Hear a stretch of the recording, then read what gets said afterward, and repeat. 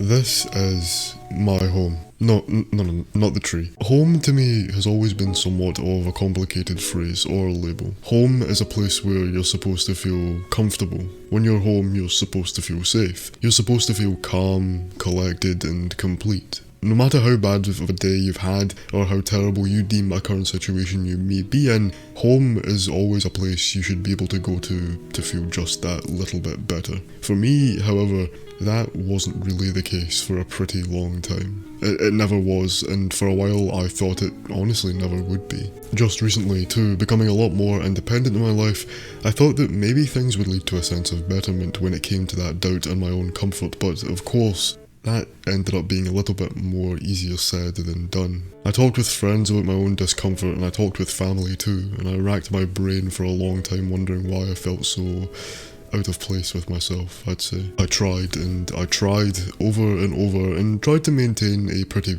mature outlook on how I was feeling, and then as things began to look up, I began to feel better about my surroundings and I began to fully start enjoying things again, not only just being in the comfort of my own domain, but also simple things like working, talking, playing games, watching movies and shows and reading, all that fun and interesting and relaxing stuff. Did I mention this was going to be a bit of a personal video? So as I began to fully envelop in all of these different forms of media without a care in the world, I decided that I was going to watch Sangatsu no Lion, other titles being Three Gatsu no Lion, March Comes In Like a Lion, you get the point. A story by author and illustrator Chica Umino and adapted by Studio Shaft.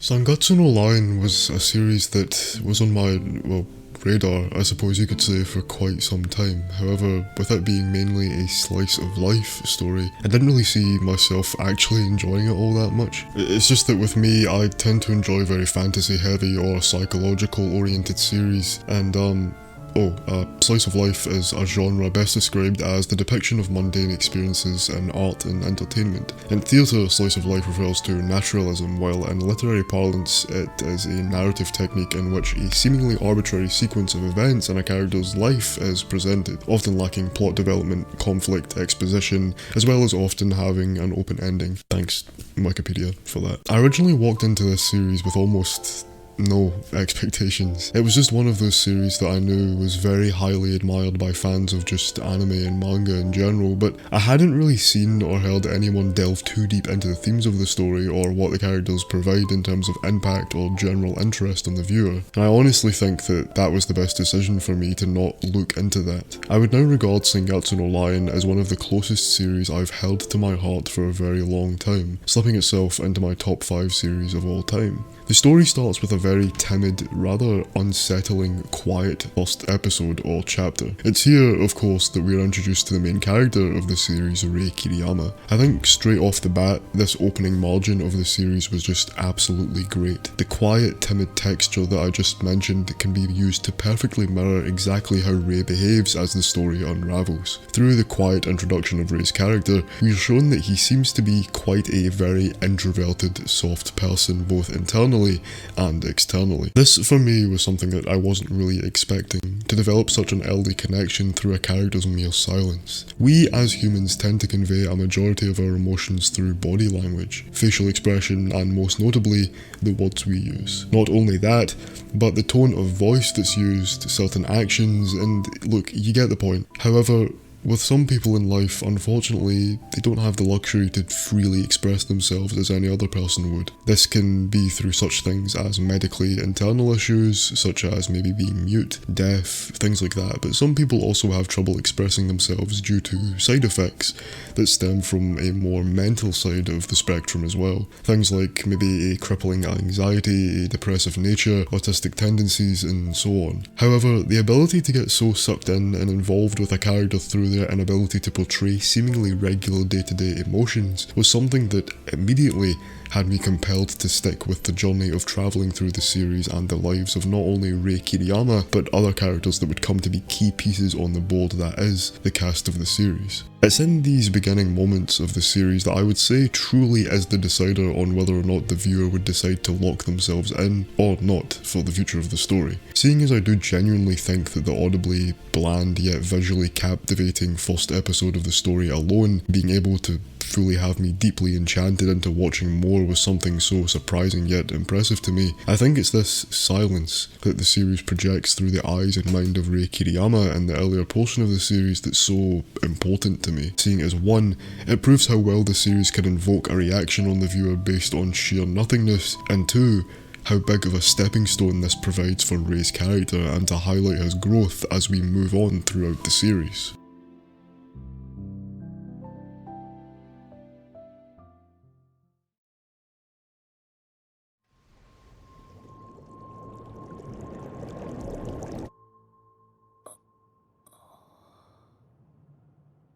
Rei Kiriyama, as the series starts, is a 17 to 18 year old Shogi player. He's painted as a prodigy throughout the story given his vastly young age compared to other Shogi players we see and get introduced to throughout the story. From the general view of the public, Kiriyama almost seems to have it all. He's a smart looking young man with a bright future ahead of him as a champion of the Shogi sport. Not an easy feat when you've got a growing player base of 20 million at your back. Yes, those are the numbers, it's quite literally the most popular board game in Japan. However, I did say he almost has everything. When he was but a young boy, Rei Kiriyama would suffer a loss that no child in their life ever deserves to go through. The loss of their family as a whole. Mother, father and sister unfortunately being lost to a car crash. Much like any child at this point, Rei would find themselves being rather lost internally.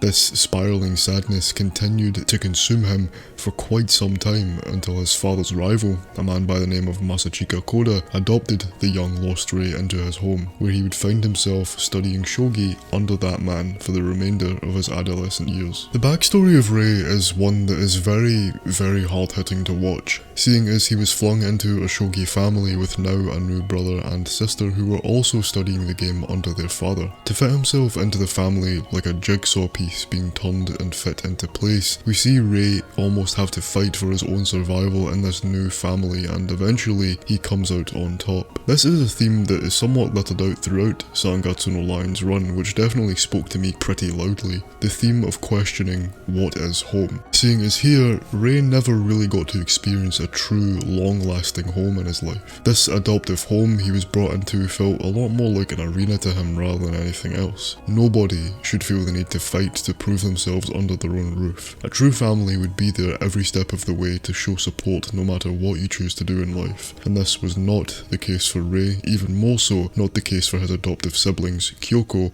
and Ayumu. Their hearts being broken as Rei entered their home, with their father previously telling them that there's more to life than just Shogi, his statement of course meaning nothing to them as Rei is brought into the home, throwing his entire attention onto him purely due to the gift Rei had of being very skilled at the game. Although yes, the story designed it in which we, the viewer, were supposed to constantly feel sympathy for Rei through this time as a young boy, you can't help but feel an extreme level of discomfort at how quickly the other children, Masachika Koda's own blood, were sidelined in the name of chasing a legacy of success. With the way the children behave and their minds are, Kyoko's strong distaste for Rei and Ayumu's slowly growing depressive state is definitely justified, I would say. However, for how Rei was treated by the siblings and how Rei was projected in the home is none of the children's faults, of course. Being brought into the world to be treated like nothing but a mere pawn by your own parent can be very, very crushing. No matter what age you are,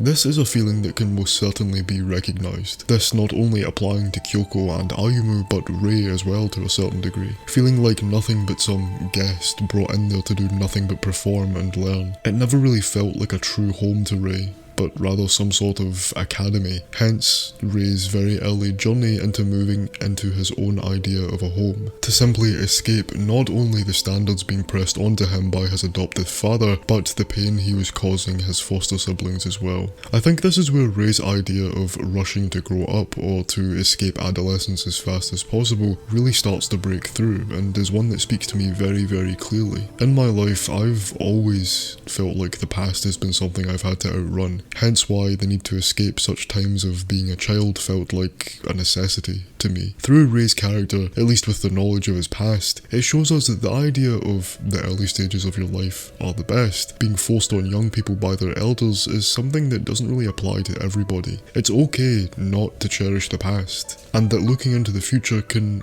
most of the time be more important than reminiscing. This message that Chica Umino, the author of the story, tries to push through Rei's character is something that really hit me hard. I felt less alienated in how I felt, especially in the comfort of my own home, because I sometimes look back and wonder if my forced maturity was something to regret, and now I think I can tell myself that no, it isn't something to regret, not one bit actually. As Rei moves on in life, I think one rather uncomfortable theme of his character is, well, trying to find a goal for himself. Sure, on surface level you'd think Shogi is his passion, the one thing that will create his path to success, but in reality, all he's doing is just simply, how can I put this? It's almost as if he's executing a pre-installed command that's been etched into his mind. When you spend so much time doing one thing, when you feel like your whole life will amount to nothing unless you continue doing the exact same thing, it becomes hard to pull your mind out of the mist that it's gotten itself lost in over the time it's spent studying this one thing. That thing, of course, being the art of Shogi in Rei's case. Yet, Shogi, having a rather cynical tie to his life, way more than anything else he's ever done. If that's the case, then why does he continue to play Shogi? Well, it's because that's the only thing he's ever been praised for in his whole life. In turn, that caused this pre-installed command in his head that we were talking about to send a signal, convincing himself that for the happiness and praise of others to truly feel accepted, imitating the feeling that he never really got to experience with a family of his own, he must play Shogi. However, in my eyes, you honestly can't really deem that as a goal. A goal, a passion, is something that you see yourself genuinely enjoying. It's something that you see yourself feeling truly accomplished with in the endgame of it all. What Rei is doing is just unhealthy to the highest degree. When you base your whole future, your whole want and drive on purely being the mark of acceptance, it's not really something you're doing for, well, you. And that's essentially what a goal can be viewed as, something personal, something that you can achieve for your own satisfaction in life. As Rei continues on with playing Shogi to merely be accepted, he's not doing it just for himself at that point. Sure, it pays well and yes, he's good at it, but as the age-old saying goes, money can't buy happiness. He simply spent so long doing the same thing over and over that he's just forgotten what the true pursuit of a goal actually is, leaving him to feel and act rather empty and shallow towards people in the early portion of the story. His lack of confidence and rather noticeable depressive state in his character quite naturally forms a very extreme form of anxiety. Another addition to his character I saw a lot of myself in, honestly. Anxiety, of course, is a feeling of unease, such as worry or fear that can be mild or severe. It can cause you to lack an insane amount of confidence in yourself, create an illusion that you're always being watched, or that you're hated by everyone no matter where you go or what you do. There has been many anime and manga that cover the topic of anxiety. Series like Sayonara Zetsubo-san, Neon Genesis Evangelion, and of course the most popular in the category, I suppose you could call it, Yoshitoki Oima's A Silent Voice. However, Sangatsu no Line's take on the issue, as well as how Rei showcases such feelings, is a bit more of an underlining as well as the main focus of his character. It's not exactly something that's constantly shoved in your face throughout the story, in a contrast to A Silent Voice, for example.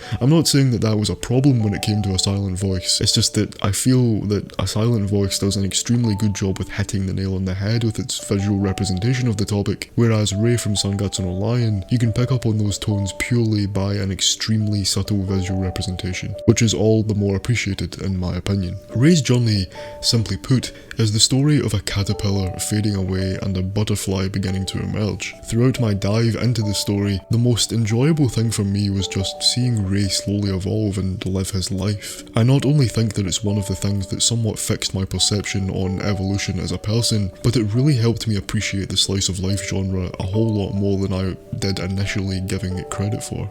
I can see now why people get so attached to these types of series. The connections that you can develop with characters throughout series like these can come from so many different angles. It can either be through finding yourself in a character, relating to them so much to an extent where you feel nothing but compelled enough to see where their journey takes them, where you yourself wonder where your journey will take you, or becoming so invested in the evolution of a character that you can't stop watching until you know what happens next, if their evolution will affect them for the better or for the worse, and so on. But for me, Sangatsu no Lion offered both experiences to me as I became so attached to Rei and his evolutionary process. Rei's journey, the quest to search for his place in the world, is the most realistic part of his character. While he may consciously admit he is on a journey, Rei realises through this series that getting outside of his comfort zone and dealing with the problems in his life is the only way to move forward. Observing this as I made my way through the series was something that genuinely sparked a flame in me. Rei being written to simply reflect what it means to just be, well,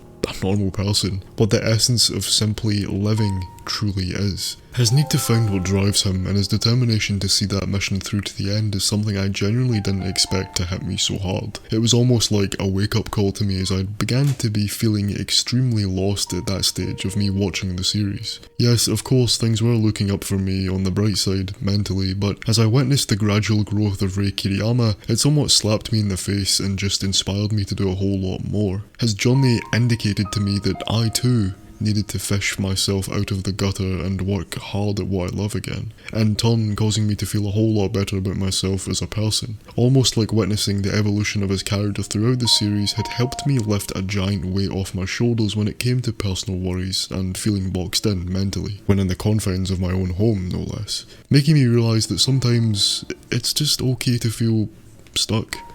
It's fine to just let yourself know that things aren't really doing too well, and instead of forcing yourself to dwell on that fact, the series gifts you the life of Rei Kiriyama in all its uncomfortable, emotionally unstable glory, and gives you that drive to get up and do something about it. Overall, Rei's character highlights just how much one person can change over a short amount of time, through spending his time meeting new people through Shogi, something he saw as a money-making nuisance, from helping out and being helped out by the Kawamoto sister trio, and truly feeling like he was a part of a real family again, all the way up until the relationship that begins to form with him and Hina. I find Rei to be one of the most compelling, interesting and dynamic characters I've ever had the pleasure of experiencing in the medium of anime and manga. His journey to simply move on may seem like a basic dull one at first, but as the story begins to scoop a little deeper into the mindset of Rei, we truly begin to appreciate his previously perceived simple drive to move forward a whole lot more, showing the viewer or the reader that even in your darkest times you can pick yourself up. You just can't let yourself be given enough time to tell yourself that you can't.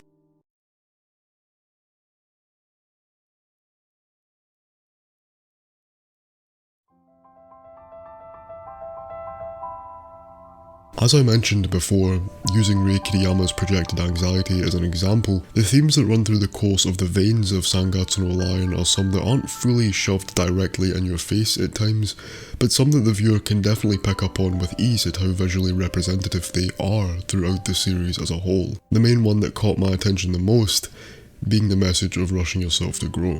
As I was on my journey through watching the series, I tweeted a little bit about how I was feeling at the time as this message became more and more abundantly apparent. To say the very least, it moved me so much. As fans of not only just anime and manga but any form of storytelling, we all individually pick up different themes and morals from our preferred mediums because, well, we are individuals, that should go without saying. The beautiful ability that Sangatsu no Lion has is its power to have us invested in the lives of so many characters, whether their roles be big or small, so much so that the individual themes that's written into the story and applied to these characters don't come off as overbearing or forced to the viewer. They simply feel natural, and that naturality can help us identify ourselves with the issues being tackled and not worry about our troubles, relations or morals being painted to be some tacky message the author has no experience with. We're looking at a story here that you can just tell comes from the heart. Simply put, the story's main theme is overcoming our personal hardships in life. Whether it be forms of anxiety,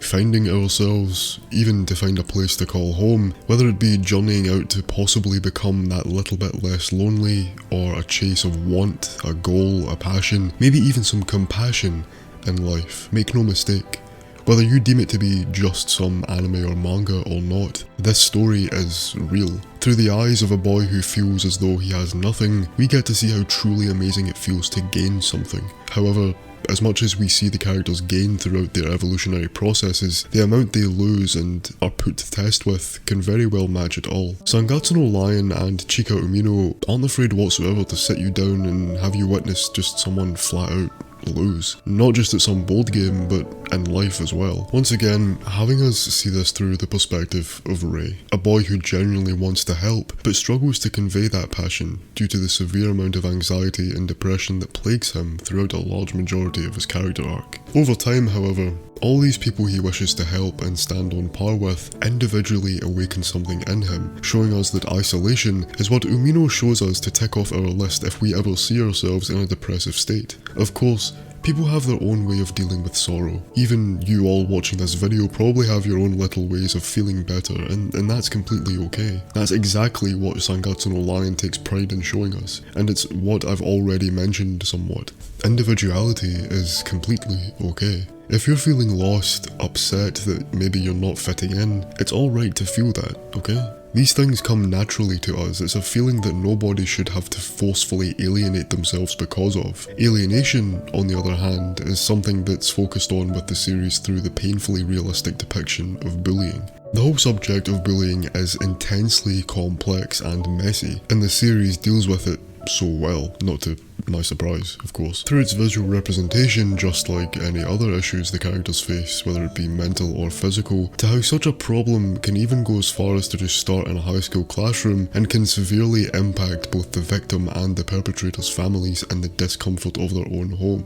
Bullying is a tough issue to discuss and an even harder problem to find a solution to, and Sangatsu no Lion fully acknowledges this as we're presented with the subplot in general. While luckily not being affected by the outcome of bullying, nor of course being the initiator, I initially thought to myself that I would find a hard time grasping onto the straws the series was laying out for the audience this time around. However, of course, I was wrong. Whether you've gone through the struggle of being bullied, or perhaps even knowing someone who has been, like a friend or family member, all the way to maybe not having any inside knowledge of the issue at all, this sideline plot in the story does a fantastic job through the culmination of its visuals, characters, and attitude towards the topic to make you feel how truly harrowing the experience can be for somebody. Whether you deem certain instances of bullying as minor or grade as to how bad it can get, that should never take away from just how bad it truly is, no matter what the situation or the context. The bullying begins when a friend of Hina's, Chihio, starts to get picked on by a group of girls at school. The situation over time becomes more and more extreme, of course, to the point where Chihio actually ends up leaving town due to the fact that she can't even feel comfortable in her own home anymore. Not one student chose to help Chihio with this issue. Nobody stuck up for her, fought for her, relieved her in her troubling times. Nobody, of course, except Hina Kawamoto, middle daughter of the Kawamoto sister trio and arguable deuteragonist of the series. It's only after Chihio leaves town that Hina slowly begins to feel the wrath of those who'd picked on her friend previously. It's here we see just how vicious the act of painting yourself against the majority group in a high school setting can really be. Do I think it's right? Of course I don't. This is something that's brought up in the arc. What and who decides who is the popular majority? Who and what decides who's at the top and who's at the bottom of the food chain? These are questions that the series brings to the table that challenges the viewer or reader, and as hard as I find myself trying to combat these rather heavy questions with an answer of my own, I couldn't. In the end, it's just something I wasn't able to wrap my head around. Something as basic as a high school classroom managing to turn itself into manifesting some sort of morbid hierarchy. Again, this unfortunately is a real issue.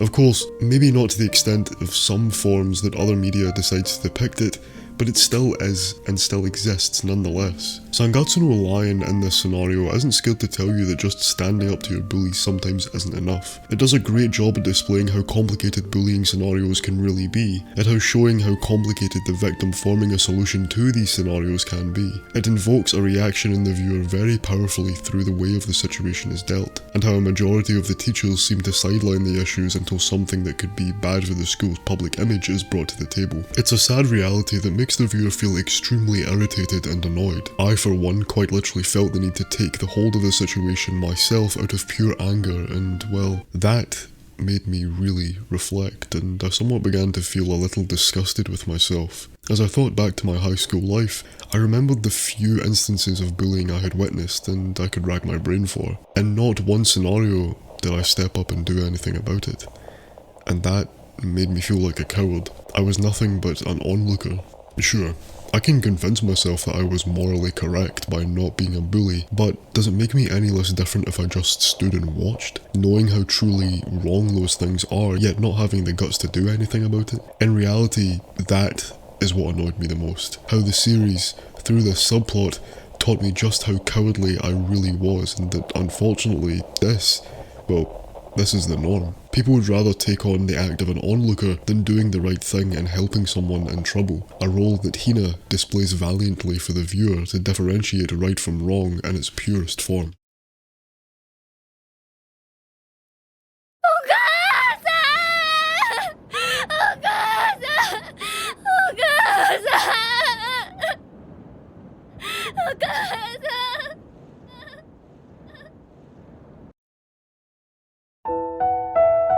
Hina Kawamoto was a character that I actually never really guessed that I would genuinely end up feeling so attached to as the series progressed, and I think it was the arc that we discussed that had me feeling so interested and genuinely made me care for her character, even just as much as Rei. That is of course because the characters in my opinion are perfectly written to complement each other to a very extreme degree. Hina was a character that was quite often painted to be a character with a lot of emotional baggage. However, that doesn't stop her from being an insanely inspirational figure for the viewer.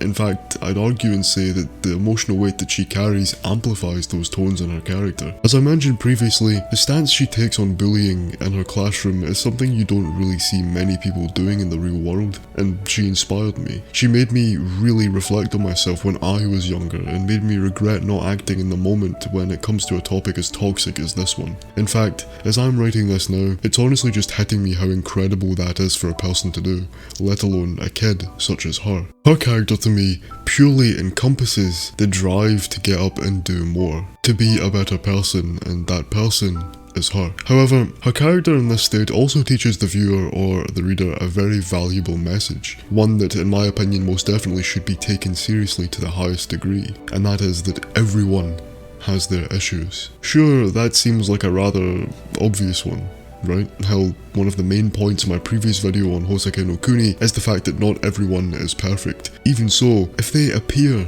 perfect to you, you shouldn't take that as an excuse to just assume that everything is going alright for them. Whether you think a friend may look happy or sad, you should always reach a hand out to them and ask them if everything is okay. This isn't just a lesson that Hina teaches the viewers, but she also teaches Rei as well. Of course, she doesn't actually force him into that position, but you get what I mean. Even Rei, a character at the start of the series that seemed to show little to no emotion, recognised that everyone wears a mask. Or well, I suppose this was an assumption that Rei always had with people, but seemed to recognise a little more intimately with Hina. I think watching Rei evolve through Hina as a character was something that definitely spoke out to me the most. It showed Hina to be this little beacon of light for Rei, and someone he felt indebted to due to that. Not only just her, but the whole Kawamoto family of sisters as a whole, because in its own morbid way, with them, he didn't really feel alone in his struggles. I say that because the Kawamoto sisters too know how it feels to have their family broken, given the death of their mother, Mikako, and the exit of their father, Seijiro. With them, Rei didn't feel so estranged to the outside world. He could genuinely resonate with the family, and in turn they could do so with him. However, that's not all he thinks about in their company. That would be pretty morbid, of course. Hina and her sisters are what I would perfectly describe as the heart of Sangatsu no Lion, where Rei somewhat appears to act like the soul of the series. Rei visualises their home as a warm blanket, one that almost seems impossibly warm. It's here that we see Rei begin to develop the feelings he somewhat never got to experience as a young boy, to simply just be a part of something, to be part of a family and to really feel what a home is like. Of course, yes, he has his recurring moments of feeling like a bother and offering to leave, but all in all, it's a feeling throughout the series that is never compared with or matched for the character. He recognises that they care, that Hina and Akari cares, and that Grandpa Someji cares, and little Momo too. They see him for how he is, not the child prodigy he's painted to be all over town or on the television, and not just some charity case that needs saving all the time. They see him as nobody and nothing else other than Rei Kiriyama. This immense amount of both trust and care innately comes from an intimate understanding between Rei and Hina, between a tremendous amount of loss, an immense feeling of alienation, and holding a whole lot of troubles. The characters were written in a sense where it feels like they were meant for each other. As I viewed their extremely strong connection as characters, as friends, as family, and eventually as partners, it made me feel a whole lot more thankful for the relationships I have in my life, whether that be my family, my friends, my partner, and so on. After convincing yourself for so long that you're alone in this cruel, cold world, the dynamic between not only Rei and Hina, but the other Kawamoto girls remind you to cherish the people you have in your life. I think that can also be said for Rei's adoptive family as well to a certain degree.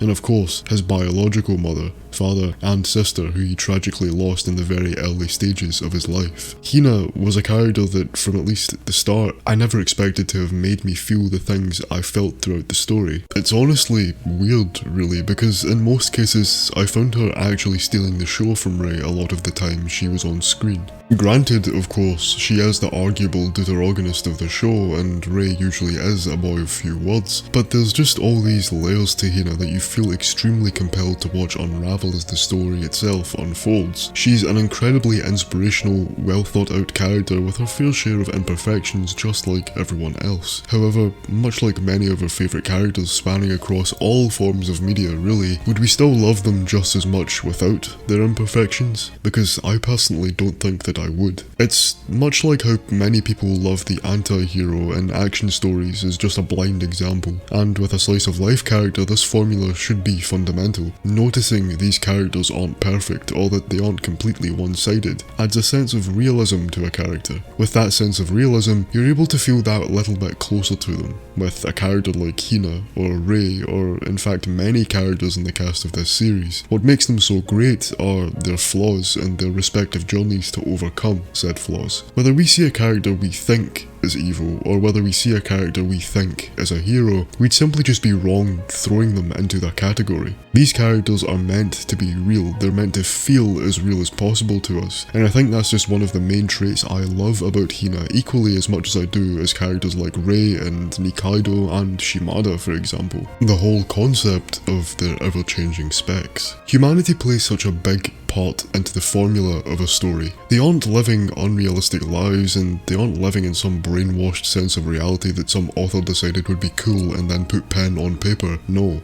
they're just living mundane, somewhat boring lives if I'm being honest. However, it's those boring lives that makes the series so beautiful to me. It's building a connection through realism, and it's something I appreciated way more than I can put into words here, because I simply don't think I would do the feeling of becoming so entangled into the lives of these characters any justice by putting words on paper. It's a formula that just feels so raw, but feels so right. Lessons can be taught, advice can be taken, worries can be cured, all through watching the surface level, boring, yet undoubtedly captivating lives of some characters on a screen. Something I'll always hold this series near and dear for.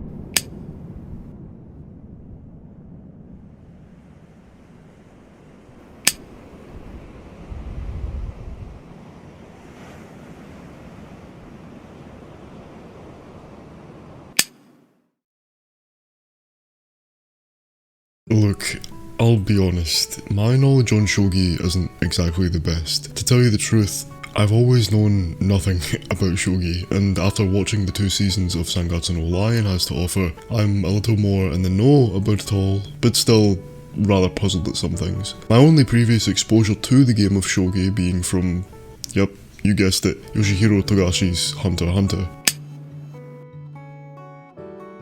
Now look, you can't really judge me for that, it's not exactly the most popular board game over here, right? And don't pretend like you're some know-it-all either, but Hunter x Hunter was probably your first experience with it too. Here's a comparison I wasn't expecting to make, but one of the main themes Sangatsu no Lion and Hunter x Hunter share is their ability to seamlessly develop and broaden the interest on characters through the art of shogi. Much like chess, which a lot of you are probably a lot more knowledgeable on, shogi is a strict game of dominance. Whether it's casual play, competitive play, whatever it may be, it's purely an act of achieving dominance. I'm making this sound a lot more aggressive than it actually is, I know, but I feel like that's something that Sangatsu no Lion takes and uses to make the game seem a lot more generally interesting, gripping, and compelling as we march through the story. Because if there's one thing that connects these characters and makes us care for a good handful of them more than anything else, it's definitely shogi. But of course, these relationships that Rei develops with a lot of the characters like Shimada,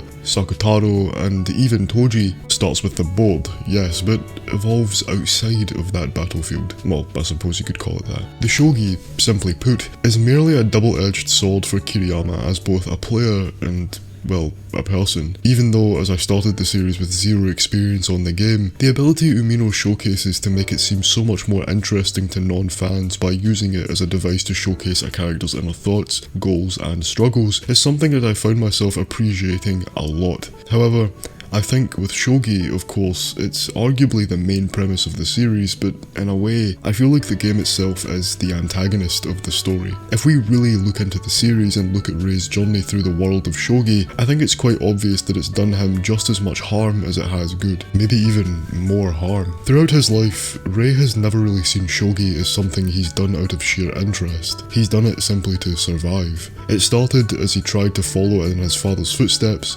then to try and fit in and survive with his foster family, then purely as a way to keep himself away from that environment by funding for his own home, using, well, the money he makes from playing shogi. All this while limiting his mindset and forcing him to be stuck in this never-ending cycle of unhappiness. Shogi has never really been Rei's real passion or goal.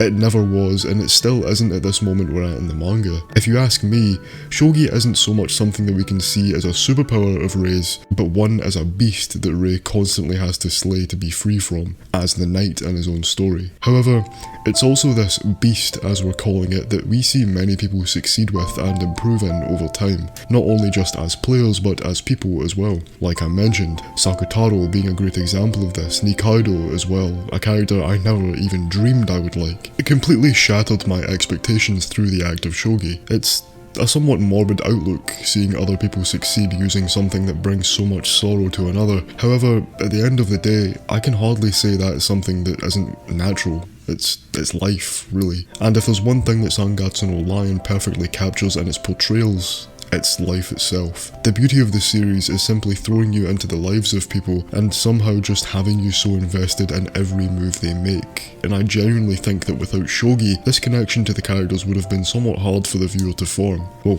I know because the series revolves around it, blah blah blah. Look, you get where I'm coming from here, but seriously, the way a character is taken and put into this tabletop battlefield and forced to grow as people as they reflect on their real world issues through the act of a game is honestly something extremely powerful. Much like how an author of, say, a really well written sports series would, it's the same effect really. All in all, as an outsider to the art of shogi, I would say Sangatsu no Lion does a perfect job of making such a complex, aggressive game seem so interesting to outsider fans of the game, through taking characters we start to grow interest in and watching them change, grow, gain and lose through our time spent watching or reading. Something I can say not a lot of series can attain, no matter what they use as the basic setting for their plot.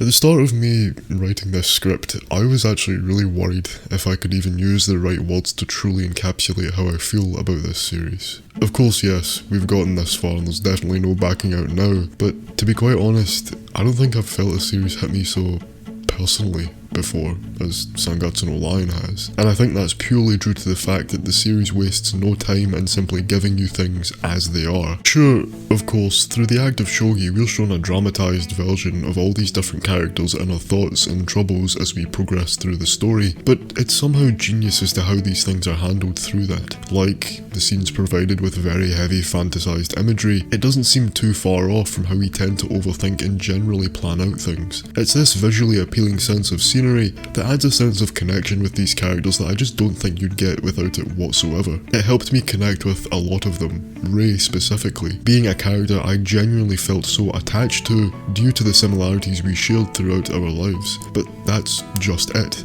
That is life. A theme that the series doesn't fail to master in its depiction. When I was younger, well, way younger, I felt kind of isolated, really. I didn't really have many friends, and communication in person is still something I find myself struggling with, to tell you the truth. Feeling like I was alone all the time, feeling like I had to be alone all the time, and to be quite honest, it felt like nobody really wanted me around. Rei showed those exact same feelings and those exact same troubles as a young boy, and it definitely made me realise, not only for maybe someone I know to have gone through these things, but a widespread enough issue, vast enough for it to be covered and showcased in that sort of way, made me feel like I really wasn't alone in my troubles anymore. Because if there's one thing that Sangatsu no Lion does, it's that it lets you know that you aren't alone. Whether it be the messages shown by Chica Umino, such heartfelt themes and messages that you can definitely tell that she's quite experienced in and shares through her writing, all down to the characters' struggles in the series. For example, Rei and Hina binding over loss, indicating to each other that as long as they have each other,